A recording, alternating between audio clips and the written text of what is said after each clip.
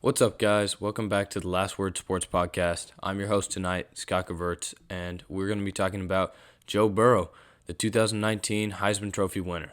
And we're going to take you through Burrow's unbelievable season and why he took home the award.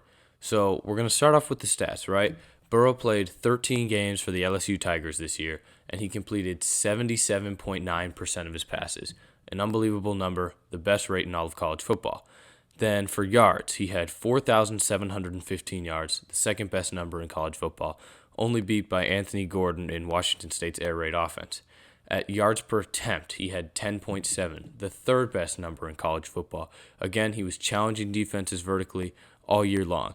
And if you look at his yards, 4,715, over his 13 games, he was averaging 363 yards per game, which again is an unbelievable number. So for touchdowns, Burrow had 48 touchdowns, the best number in college football. He only had 6 interceptions as well through the 13 games, which is phenomenal. And for QBR, Burrow had a rate of 93.7, the second best in the nation. That's on a scale of 0 to 100. So QBR of 93.7 is very hard to come by. His passer rating was 201.5, the second best number in the nation to Tua Tagovailoa.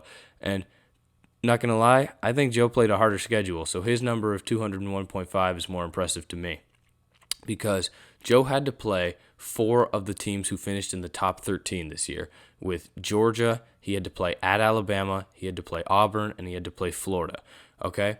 And here's what I'm going to take you through. Some of these other guys, like Jalen Hurts and Tua Tagovailoa, they have gaudy stats, great numbers, run prolific offenses, same as Joe Burrow. But in their biggest games, they didn't perform that great. Like Tua against LSU, he didn't score much. They were getting killed in the first half, like 30-13. And yeah, he put it on in the second half and showed some great arm talent. But again, he came out slow to start the game, and that was why Alabama lost. Jalen Hurts has had a great year, but again, he showed some weaknesses against some of the better teams like Baylor, where they fell behind 28-3 in that game. But Burrow has been at his best against the nation's best teams. So versus Georgia in the SEC championship game, LSU won 37-10. Okay, Burrow completed 73.7% of his passes for 349 yards with 4 touchdowns to no interceptions and a QBR of 96.3. All right, then at Alabama, win 46-41. Burrow completed 79.5% of his passes. Just the amount of times that the ball hits the ground is so rare for Burrow, and it's just unbelievable. He had 393 yards, 3 touchdowns, no interceptions, and a 97.1 QBR in Tuscaloosa. Then he played Auburn, win 23-20, and he had a completion percentage of 76.2, 321 yards. Now, he only had 2 total touchdowns to 1 interception, which isn't the greatest, but he still had an 84.9 QBR, very great, and against Auburn, which was one of the nation's toughest defenses. And finally, he played Florida, the last of the 4 top 13 teams, and they won 42-28. Burrow completed 87.5% of his passes, just an absurdly high number, for 293 yards, 3 touchdowns, no interceptions, and a 98.5 QBR. Now, the one knock against Joe Burrow this year has kind of been Joe Brady. And he was the assistant coach with the New Orleans Saints last year. He came to the LSU Tigers this year. He brought over New Orleans offense and installed it, and it really revolutionized LSU, who had been notorious for a weak offense and strong defense. And Joe Brady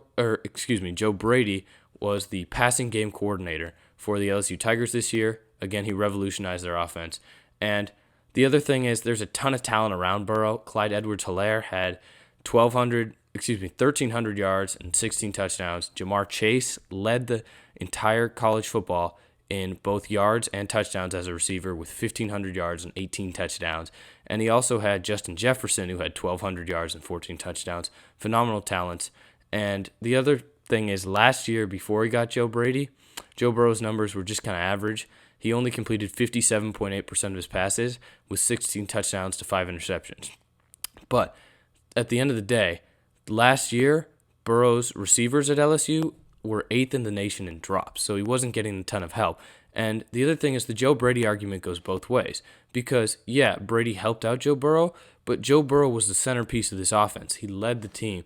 He was the guy making all the throws that, Brady had Drew Brees making last year for his team. And he showed two NFL teams that he can run with a proficient rating.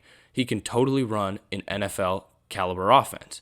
And so Burrow, isn't really hurt that much by this knock because he's a great leader. He's gritty. He's tough. He's durable. He told reporters that he told the media that he doesn't slide, which is a great attitude for a quarterback. Some coaches may think, hey, you're going to get injured, but as a player on the field, you love to see that type of energy and type of hard work and fight from your quarterback. And Burrow, again, one of the best leaders in the nation, one of the best passers in the nation statistically, one of the best winners in the nation. And Burrow's story of hard work turning into success on the field, growing up in Ohio, committing to Ohio State, and then not being able to win the starting job and having to transfer, and then last year kind of struggling within the offense, but then this year finding immense success. It's a really inspiring story, and Burrow is the reason why the LSU Tigers are the favorite to take home the national championship this year. And so when you combine all those factors in, it makes sense why Burrow was the clear-cut favorite to win the Heisman and took home the award in 2019.